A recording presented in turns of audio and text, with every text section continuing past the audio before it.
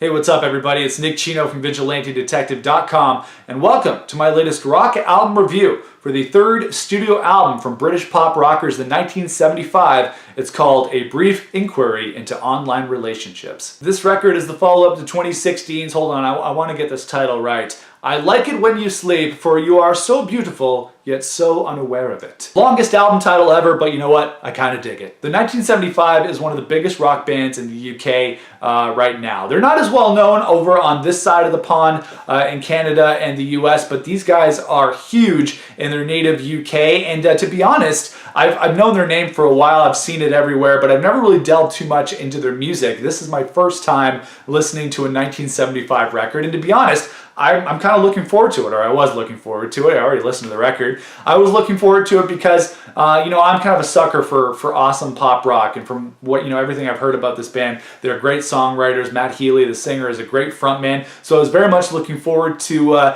listening to this new record, even though I tend to lean towards, when it comes to rock, I'm a big fan of every kind of music, but in terms of, big rock, I tend to lean towards more guitar-driven kind of big rock, but you know what? I'm a sucker for good pop songs, so let's do this. Let's review the new record from the 1975. The album begins with a song called The 1975, which is a warm-up track for this record, and from what I understand, the 1975 start all their albums with a song called The 1975, so I thought that was kind of cool that they're continuing that theme through all their albums. The song begins with a little bit of a vocal rush. It doesn't really go anywhere that I thought was too interesting. It was a decent opening track, but I thought the album got a lot better from there on in. Alright, so let's talk about some highlights on this record for me. Give Yourself a Try, which is one of the singles from this record. Super catchy, super enjoyable, really cool distorted guitar line in that song that really carries the entire track, which I really enjoyed. Great vocal from Matthew Healy.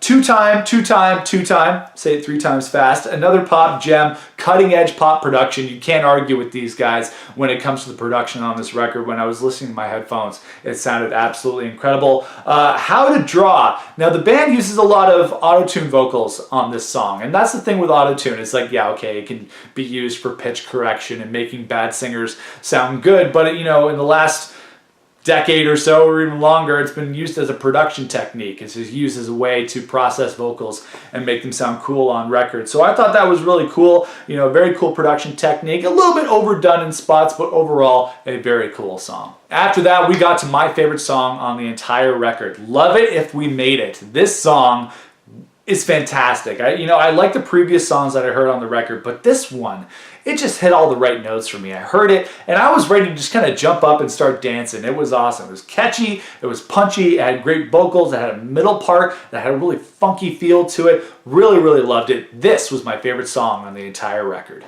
After that, we got to a song called Be My Mistake, which is another favorite of mine from this record. This song is amazing. It's emotional, it's sweet, it's got some amazing acoustic guitar on it, a beautiful vocal. It's an instant classic. Absolutely loved Be My Mistake. And what else? Some other ones I liked. Sincerity Is Scary. That was a funky little pop number that I really enjoyed. Lots of variations on this record. Every song is different. Every song has its own vibe, which I really enjoyed. I Like America and America Likes Me. The Man Who Married a Robot. It's the 1975's version of Fitter Happier from OK Computer. I know online the band has been getting a lot of comparisons to OK Computer. Not that they sound like Radiohead, but I guess just tackling some of the same themes of relationships and technology that Radiohead examined on OK Computer, over 20 years ago. And I can definitely get that kind of vibe on this record, especially from The Man Who Married a Robot. It's got a spoken word kind of thing, which is exactly like Fitter Happier. And I think this record does kind of harken back to OK Computer a little bit, and that's not a bad thing.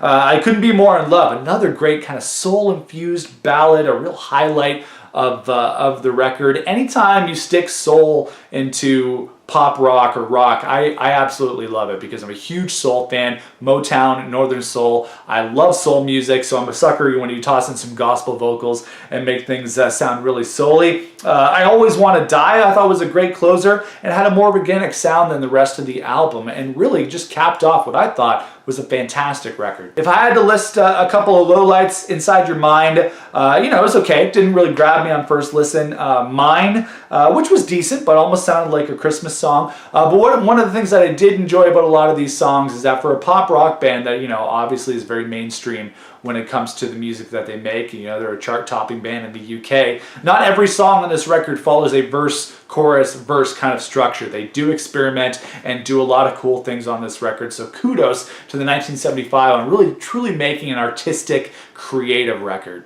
Overall, the album had a really energetic and fun vibe to it.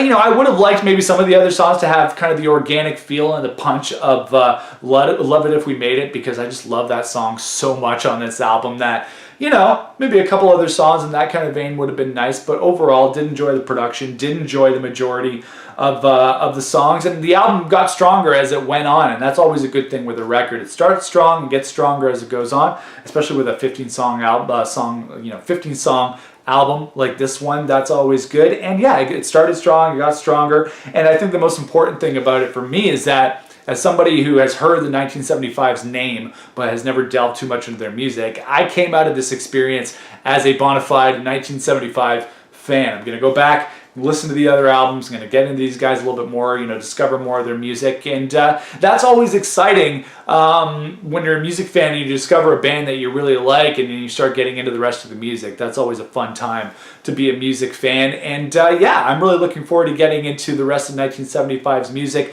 But as for this record, a brief, what's it called again? A brief inquiry into online relationships. Man, these long album titles are killing me. Anyways, the album is fantastic. I'm going to give it a 9 out of 10. Yes, there is exceptional artistry and creativity on display on this record. I absolutely loved it, and I'm curious to know what you thought of it as well. You know, I'm just excited to be into a new band, and you know, when I'm doing this channel and listening to so many records, not every record kind of grabs me the way that I wanted to, and I was really glad that the 1975's new record grabbed me, you know, quite a bit, and I really did enjoy it. So let me know what you thought of the new 1975 record in the comments below. Toss me a like. I like it when you do that, and also leave a comment, share, subscribe. Check out the website, vigilantedetective.com. Check me out on social media at The Walking Nick, and see you later.